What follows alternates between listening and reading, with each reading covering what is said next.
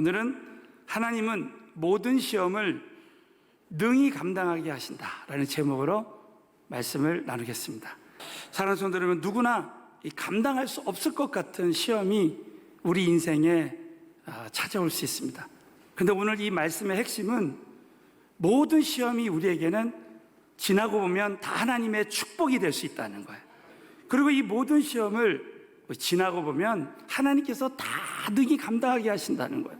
그 집사님의 딸이 있었는데 이 딸이 중학교 1학년인데 태권도를 아주 잘했고 또 태권도 선수가 되는 게 꿈이었습니다. 이 딸이 갑자기 이제 이 뼈마디가 통통 붓고 이 손가락도 움직일 수가 없는 거예요. 그래서 병원에 가서 자세히 진단을 해봤더니 소아 류머티성 관절염이라는 거예요. 정말 이 현대의학으로는 좀 고치기 힘든 병이라는 거예요. 근데 이 아이는 하나님께 기도했습니다. 이 아이가 주일학교에 다니는 아이였어요. 그러나 그 아버지는 전혀 교회를 다니지 않았던 그런 분이었습니다. 나 정말 하나님이 고쳐주실 것으로 믿어. 아빠가 이번 기회에 교회 나가서 좀 나를 위해서 기도해줘. 그랬다는 거예요. 그러니까 이 아빠가 사랑하는 딸을 위해서 교회를 나오게 된 거예요. 그래서 교회를 나와서 정말 하나님을 믿게 되고, 그리고 새벽에 그냥 엎드리고 기도하기 시작했습니다. 정말 하나님께 간절히 기도하고 3개월이 지났는데 그때부터 이 아이가 어느 날 손가락을 까딱까딱 하기 시작하는 거예요. 그러면서 그 다음 날이 됐는데 화장실 가고 싶은 생각이 들어서 일어났는데 벌떡 일어나게 되었습니다. 그리고 나서 4일 만에 이제 정상으로 학교를 다니게 된 거예요. 그리고 나서 이 딸이 이제 태권도 연습을 시작해서 감사하게도 2년 후에 전국 중고생 태권도 대회에서 2번이나 금메달을 획득했다는 거예요. 왜 하나님께서 이 가정에 시험을 허락하셨겠습니까? 그 시험을 통해서 그 가족이 다 주님께로 돌아오는 은혜를 베풀어 주시겠어. 여러분, 우리 인생의 모든 시험은 지나고 보면은 하나님의 큰 축복의 계획이 있는 줄로 믿으시기 바라겠어요. 여러분, 이 고린도 교회의 배경을 보면 이 고린도 교회는 이제 아테네에서 사도 바울이 철학적으로 복음을 전할 때 몇몇 사람만 구원받고 아테네에서만 교회가 세워지지 않았습니다. 그래서 그 큰 실패를 딛고 이제 사도 바울이 고린도로 갔을 때 정말 성령님만 의지하고 복음을 전했습니다. 그럴 때 고린도 교회에 큰 부흥이 일어났어요. 성령이 역사니까 따라서 사단도 역사하고 악한 영이 역사해서 고린도 교회에 여러 가지 시험이 찾아왔습니다. 그랬을 때 하나님은 사도 바울을 통해서 오늘 이 말씀을 하시는 거예요. 우리 많은 성도님들이 지금 코로나19를 통해서 많은 시험을 겪고 있습니다. 사랑하는 성도 여러분, 절대 우리는 염려 걱정할 필요가 없습니다. 하나님은 저와 여러분의 시험을 능히 감당할 수 있게 해주실 줄로 믿습니다. 또 우리 많은 성도님들이 지금 전도하고 있어요. 가족을 전도하고 또 주변에 있는 분들 전도하고 있어요. 그럴 때 또 우리에게 시험이 찾아올 수 있습니다. 우리가 하나님께 더 가까이 가면 갈수록 우리에게 시험이 찾아올 수 있어요. 그러나 저와 여러분이 오늘 이 말씀을 꼭 붙들고 내 일평생 나에게 어떤 시험이 와도 하나님은 오늘 이 말씀 제목대로 모든 시험을 능히 감당할 수 있다고 믿게 되시기를 주님의 이름으로 축원합니다. 오늘은 하나님께서 이 본문 말씀을 통해서 모든 시험을 능히 감당하게 하시는 두 가지 이유에 대한 말씀을 나누겠습니다. 첫 번째는 하나님은 감당할 시험만 허락하시기 때문입니다. 자, 우리 고린도전서 10장 13절 다 같이 읽겠습니다. 시작. 사람이 감당할 시험밖에 오직 하나님은 미쁘사 너희가 감당치 못할 시험당함을 허락지 아니하시. 믿으시면 아멘 해보세요.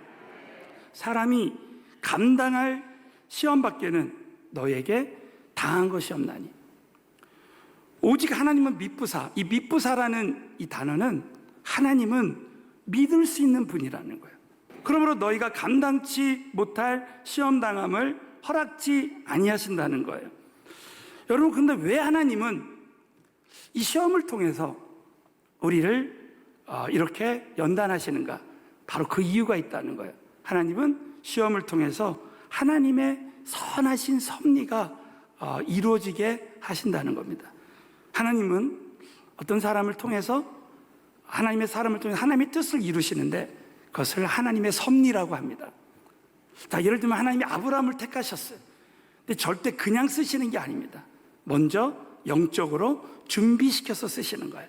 그래서 이 창세기 22장 1절에 보면 하나님은 아브라함에게 시험을 허락하십니다. 우리 창세기 22장 1절 말씀을 다 같이 읽겠습니다. 시작. 그 일 후에 하나님이 아브라함을 시험하시려고 그를 부르시되 아브라함아 하시니 그가 가로되 내가 여기 있네. 자, 하나님이 아브라함에게 독자 이삭을 번제로 바쳐라.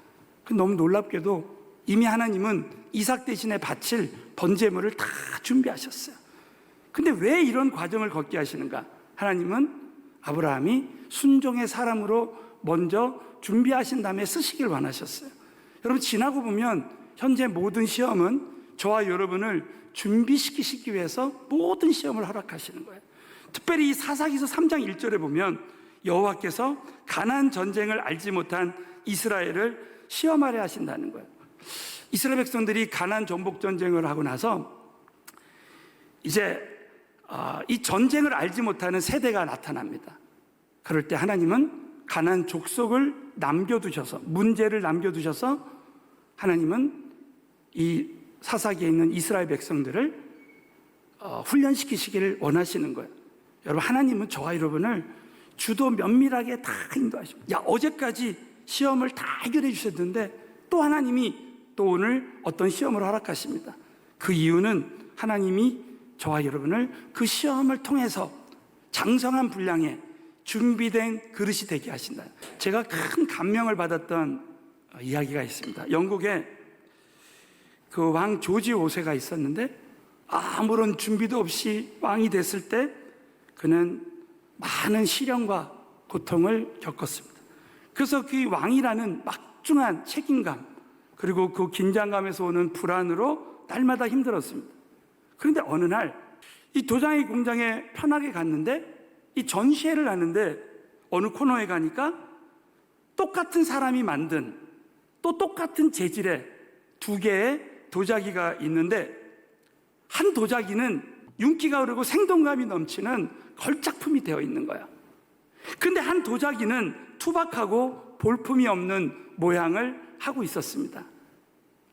그래서 물어봤습니다. 왜 이 두 도자기를 이렇게 비교해서 전시를 해놓냐고 물어봤더니 관장이 이런 이야기를 했다는 거예요.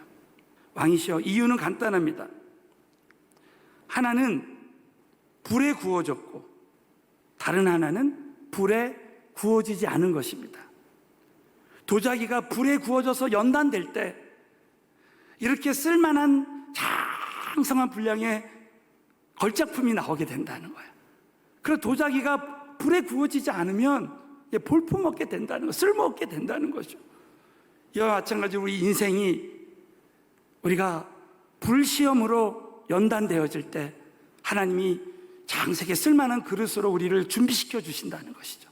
근데 여러분, 하나님이 이 큰 시험을 통해서 우리를 큰 그릇으로 준비시켜 주시는데 하나님은 반드시 감당할 시험만 허락하신다는 거예요. 자, 여러분, 오늘 고린도전서 10장 13절에 보면 사람이 감당할 시험밖에는 너에게 당한 것이 없다. 이 감당하다라는 이 헬라어 단어가 이제 두나미스, 성령이 너에게 임하시면 권능을 받고, 이 단어가 두나미스입니다. 권능을 받는 거예요. 여러분, 성령 받은 사람들은요, 내가 지옥 가는 원죄까지 다 도말시키는 거예요. 자, 성령 받은 사람들은 지옥 가는 원죄가 다 도말되는 줄로 믿으시기 바라겠어요. 그만큼 어마어마한 능력이라는 거예요. 성령의 권능이라는 것은. 그런데 오늘 이 감당하다라는 이 동사는 두나마이라는 동사는, 이 말은 뭡니까? 절대 사람이 감당하지 않고 하나님이 감당시켜 주신다는 뜻이에요. 감당하게 하시는 분이 하나님이시라는 거예요. 그러므로 저와 여러분이 신앙생활할 때 어떤 시험이 딱 찾아올 때, 시험에는 그 범위가 있다는 것을 알아야 됩니다. 반드시 하나님은 내가 감당할 만한 그 수준을 알고 그만큼 감당하게 하신다는 거예요. 우리 하나님 아버지는 저와 여러분이 감당할 수 있는 그 수준을 다 아는 줄로 믿으시기 바라겠습니다. 그러므로 하나님은 내가 감당할 수 있는 짐만, 감당할 수 있는 시험만 허락하신다는 거예요. 겟세마네 동산에서 예수님이 제자들하고 십자가를 앞에 두고 기도하십니다.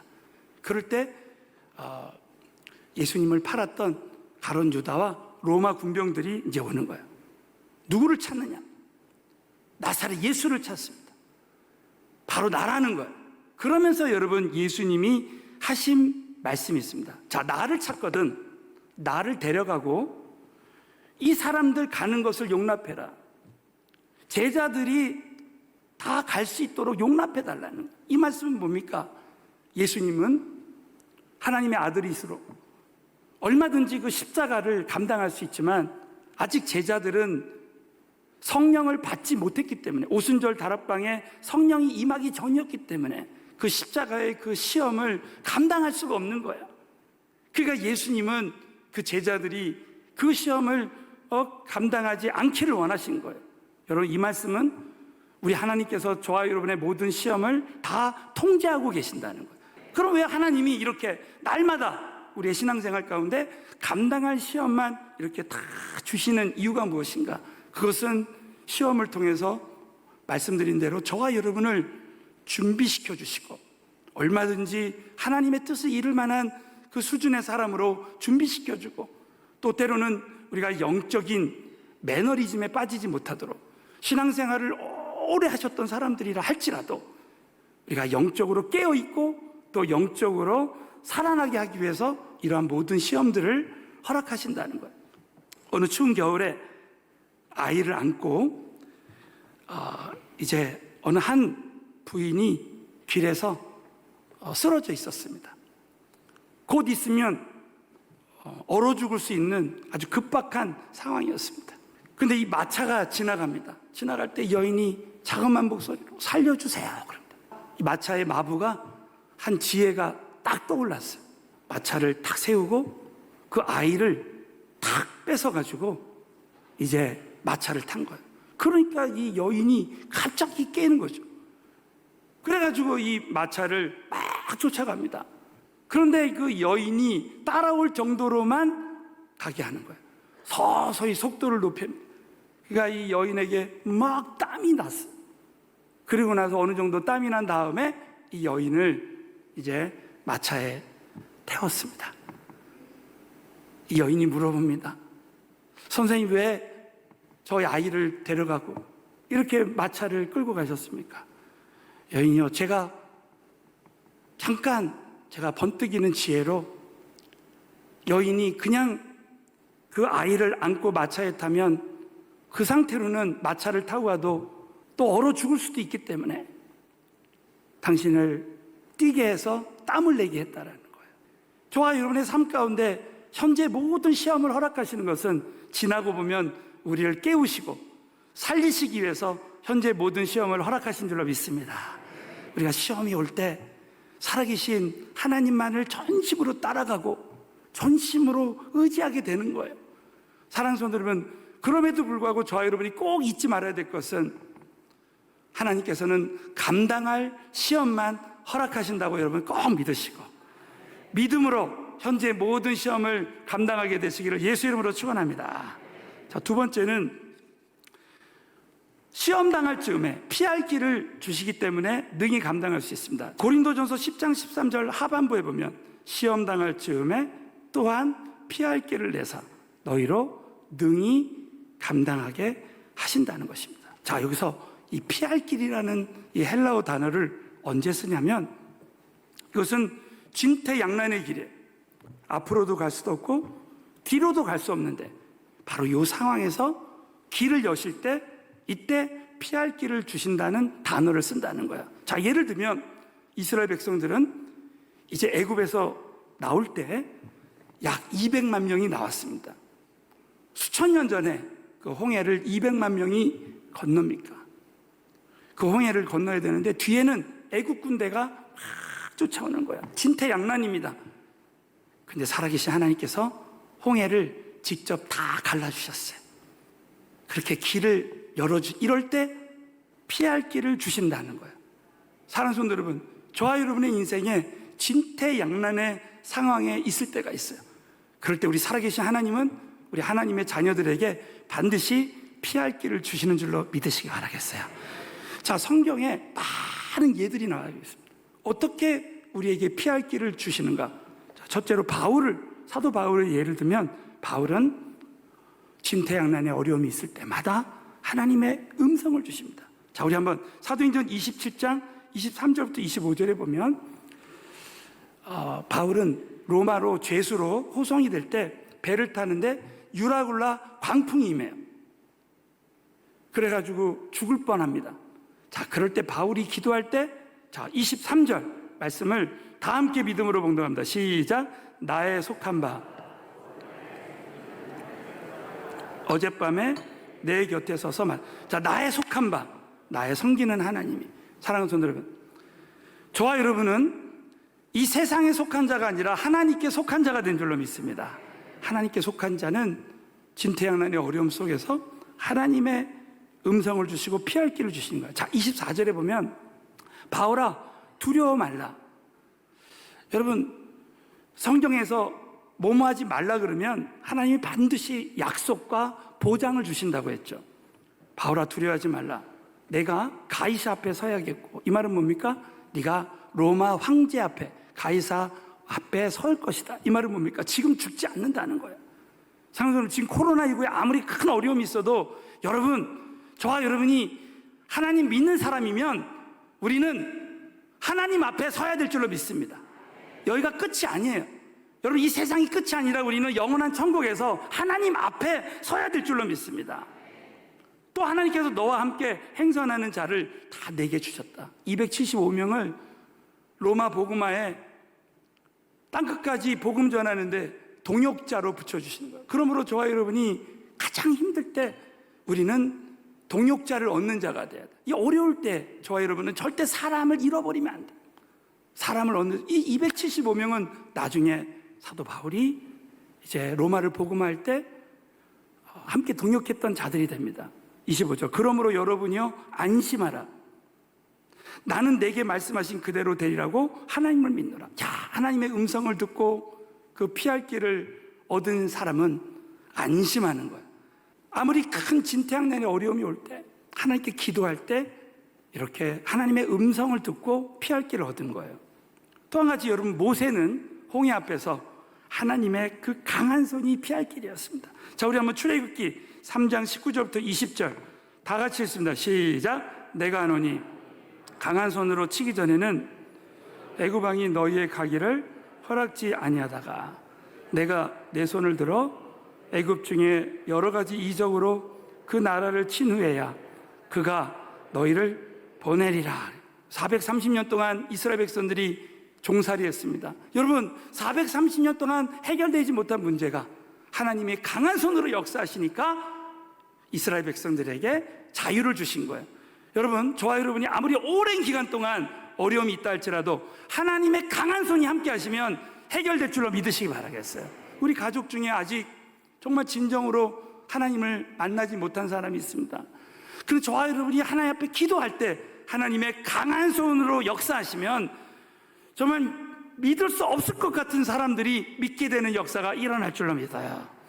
그래서 이 시편 103편 7절에 보면 다 같이 한번 믿음으로 읽겠습니다. 시작. 그 행위를 모세에게, 그 행사를 이스라엘 자손에게 알리셨다. 이 말, 이 히브리어로 그 행위를 모세에게, 이 행위는 하나님의 길, 하나님의 큰 그림을 말합니다.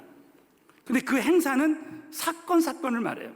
자, 그 행사를 이스라엘 자손에게, 여러분, 이스라엘 백성들에게는 사건만 경험하게 해요. 마라에 쓴물이 있으면 쓴물을 볼 때 모세를 원망하고 하나님 원망합니다. 그런 사람들, 그 와중에 모세는 하나님의 큰 그림을 보는 거예요. 모세가 애굽에 있을 때, 야 모세야, 절대 애굽이 끝이 아니야. 내가 너를 반드시 출애굽할 것이다. 아, 그렇구나. 하나님이 내 백성을, 하나님의 백성들을 다 출애굽하게, 그것을 알았기 때문에 모세는 포기하지 않습니다. 자, 모세가 광야에 있을 때, 모세야, 광야가 끝이 아니라는 거야. 내가 너를 반드시 이스라엘 백성들을 가나안으로 인도하겠다는 거예요. 그러니까 사람들이 모세를 원망하고 해도 절대 복수하지 않고 상처받지 않고 끝까지 하나님만 의지할 때 여러분 모세는 최후의 승리자가 되는 것입니다. 사랑하는 성도 여러분, 저와 여러분이 신앙생활할 때 하나님의 큰 그림을 볼 수 있는 사람은 반드시 현재의 사건만 보지 않고 승리자가 될 수 있는 거예요. 저는 기도하는 사람들에게 가장 큰 특권은, 오늘 예배 드리는 자에게 가장 큰 특권은 하나님의 큰 그림을 볼 수 있는 거예요. 하나님은 현재 모든 시험을 능히 감당하게 하시고 반드시 피할 길을 주신다. 다시 한번 믿으시면 크게 한번 아멘. 그래서 이스라엘 백성들에게 낮에는 구름 기둥, 밤에는 불 기둥으로 또 날마다 만나를 재정적으로 어려울 때 하는 피할 길을 주시고 갈 길을 모를 때 피할 길을 주시는 하나님을 믿었기 때문에 모세는 절대 흔들리지 않았다는 거죠. 자, 마지막으로는 우리 성도들은, 사랑하는 성도 여러분, 오직 예수 그리스도가 우리에게는 영원한 피할 길이 되시는 것이죠. 자, 요한복음 14장 6절 말씀을, 자, 우리 마지막으로 다 같이 큰 소리로 읽겠습니다. 시작. 예수께서 내가 곧 길이요 진리요 생명이니 나로 말미암지 않고는 아버지께로 올 자가 없는. 여러분, 아버지, 우리 살아계신 하나님 아버지를 만나는 유일한 길이, 피할 길이 예수님이신 줄로 믿습니다. 우리는 이 죄의 삭슨 사망이요, 우린 죄인으로 태어났기 때문에 우린 절대로 우리 인간의 힘으로는 그 죽음을 피할 길이 없어요. 여러분, 이 세상에 죽음을 피할 길이 있습니까? 그러나 우리는 죽어도 피할 길이 있어요. 예수 믿는 사람은 영원한 천국으로 피할 수 있다는 것이죠.